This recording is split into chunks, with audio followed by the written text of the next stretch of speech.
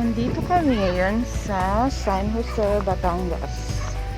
Sa poultry farm ng aking friend. Wow! Nangunguha kami ng itlog. This is the benefit of having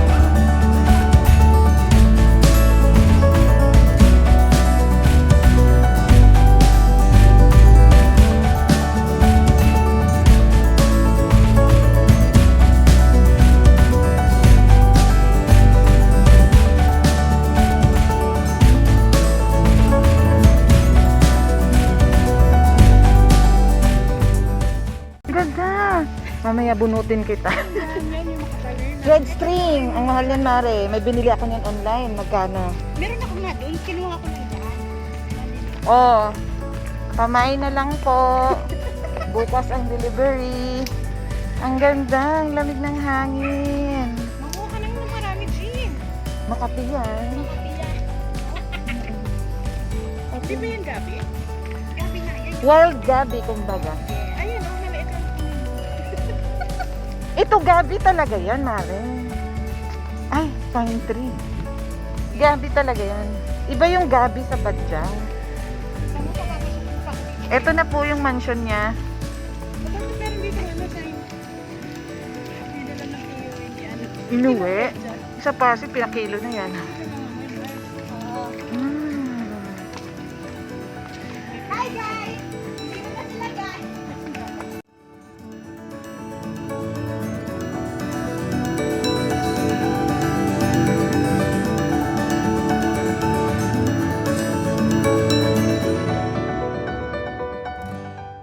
Kayo nandun sa loob.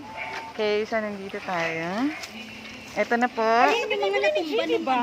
Nandun? Oo. Tignan nyo, oh, mga halaman dito. Ganyan lang siya. Nakikita nyo lang siya dyan. Pero ang mahal sa online. Saan? Ito? Ma?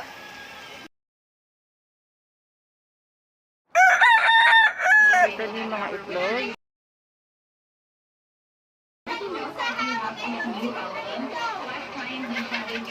Yung manok talaga yung gusto ko iuwi eh. Ito yung mga itlog, Ayun oh. tayo bigyan ng manok. Yan, fresh. Ang sarap nito, Mari, no? Fresh. Tabango kayong dalawa. Ano yan, pinapaliguan din sila? Hindi. Yun lang, yung tinanggal yung tubo, binawasan. Diba? Fresh. Wala, ang ganda ng mga manok. Ito yung bago. Ito yung Mm.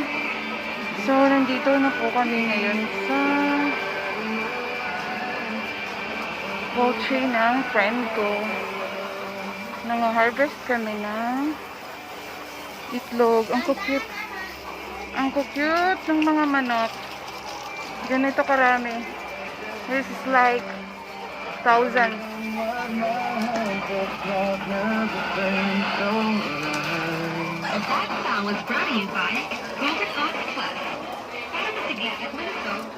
Oras ng kain po nila. Fresh po yung mga itlog na madadala namin ngayon. Kami mismo ang namulot. Tapos, kailangan daw lagi silang may sound para hindi sila nagugulat pag may pumasok na ano. Na tao. Maging TV News anchor and program host. Kailangan lagi kang fit and healthy. Let's get it straight. Discover a healthy food that you want to stay happy. 100% high-grade natural oats. High in dietary fiber. Complete with protein, vitamins, and minerals. No cholesterol. So, ito na po yung friend ko. Magpapakain na siya ng manok. Ito yung pagkain ng manok. Ang dami. Anong tawag dyan? ano, laying mash. Laying mash. Kasi oras na ng pakain ng manok. Twice a day daw sila pinapakain. At hanggang 3 years sila nangingitlog. 4 years. After 3 years, Kakal na sila. Nakakain yung itlog? Nakakain din na. anong kal? Anong? Yung matanda na, ikakal na siya. Yung binibenta na ng mga sa palengke. Pero nakakain pa sila. Matagal na. Yung parang mga panabong, pero hindi ano ha, yung So, hindi matagal sila laga. yung kinakain natin na pang tinola. Depende. Yun eh, yung 45 days.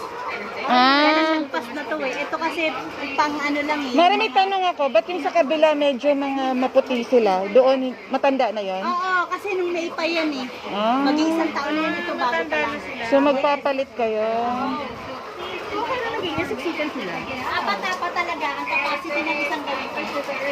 Ano yan, babae, lalaki? Walang, hindi mo ma-distinguish kung babae. Pero halo sila. Oo, Kasi, basta yung pinapakain sa kanila nagpapalay ng egg. ah! Kahit hindi na sila anuhin? Ah! Ah! Ah! Ah! Ah!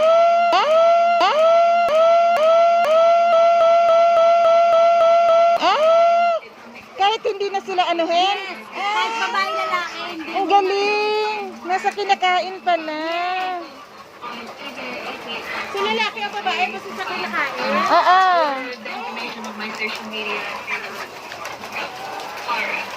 Hindi ka naman nila natutuka. Minsan.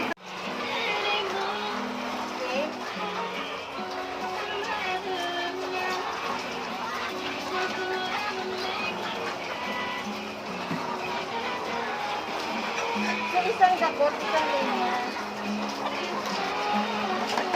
Isang ganun, isang... Hilera. Isa pa?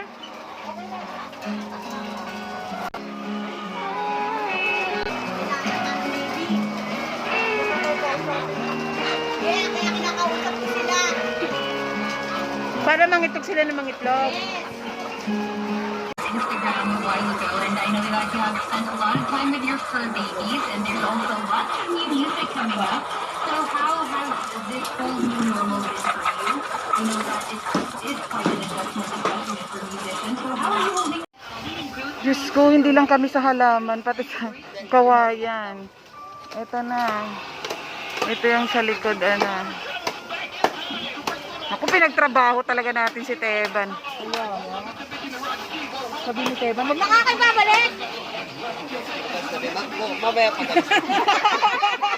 Sasabi nito kay Rep, huwag mo pa babalikin yung dalawang yun, ha? Sabi ni Teban, bago maka dito, pagod-paguran ka.